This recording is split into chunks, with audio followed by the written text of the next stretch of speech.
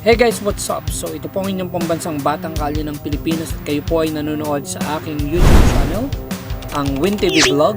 And kagabi nga po ay tuluyan ng pinutol ng Barangay Ginebra ang koneksyon ng Converge Fibers at kuhanin ng pangalawang slot sa semifinals. At itakda ang semifinals laban sa kapatid nitong San Miguel Beermen na naunang nakapasok sa semifinals matapos i-shutdown ang defending champion ng Meralco Boys. So nagbida nga po dyan ang ageless na si Japet Aguilar na may 19 points, 13 rebounds, samahan mo pa ng 13 blocks.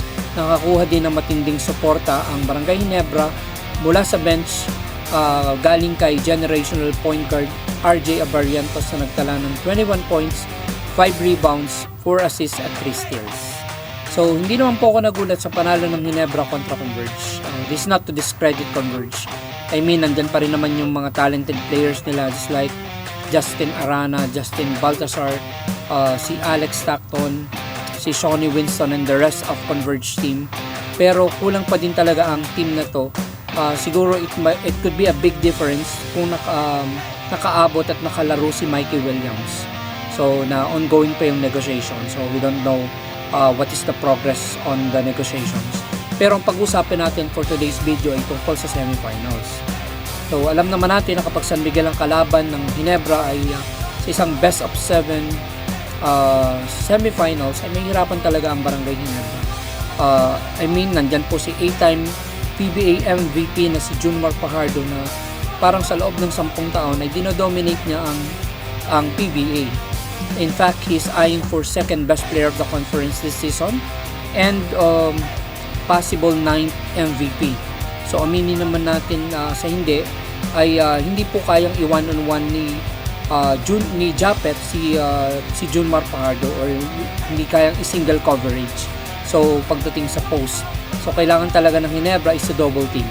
Pero mag-ingat din ng Ginebra kung saan manggagaling yung double team kasi alam naman natin na ang San Miguel is loaded ng mga shooters. So yun yung isa sa mga disadvantages ng Ginebra.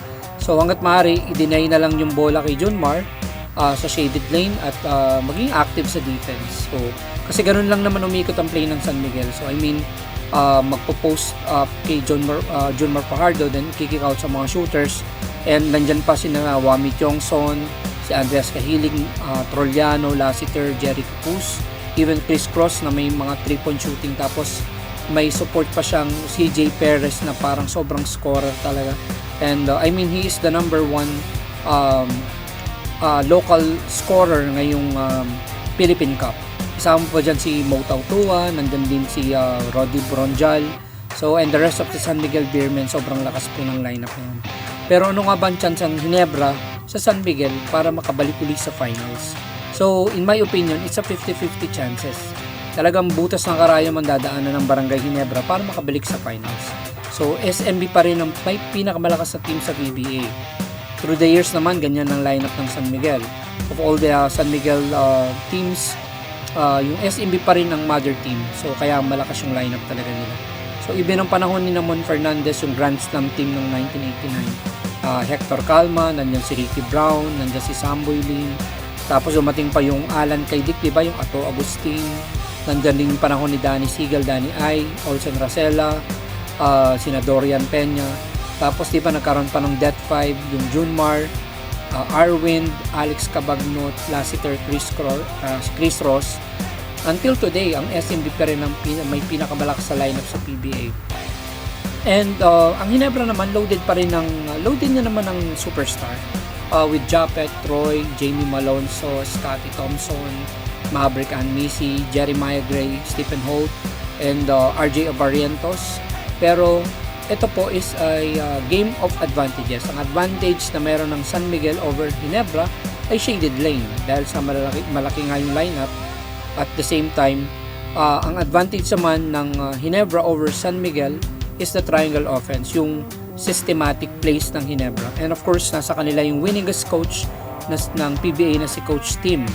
So, pero despite those advantages, ang magpapanalo pa rin sa dalawang koponan on how they can execute the proper and good defense. So I mean, yan pa rin ang talagang nagpapanalo ng team hindi lamang dahil sa malakas yung lineup. So kailangan pa rin ng Ginebra na mabigyan ng magandang depensa yung number 1 at number 2 superstar ng San Miguel na sina Junmar Fajardo at CJ Perez. Pero hindi lang sa defense kailangan ng Ginebra, kailangan din talaga ng Ginebra ng distributed offense.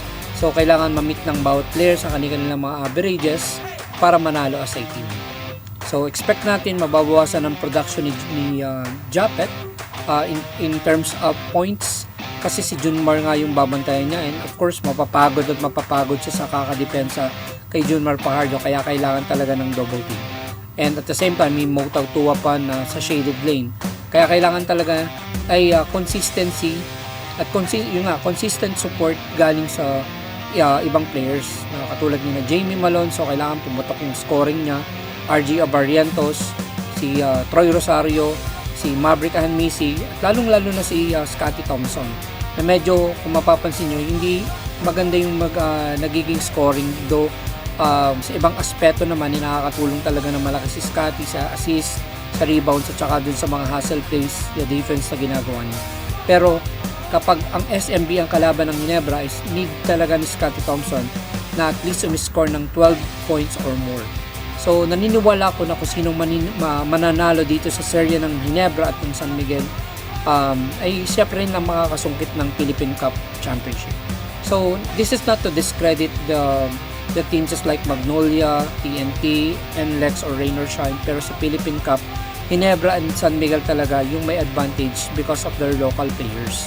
So pero this is only my opinion. So marami pa rin pwedeng mangyari kapag finals na.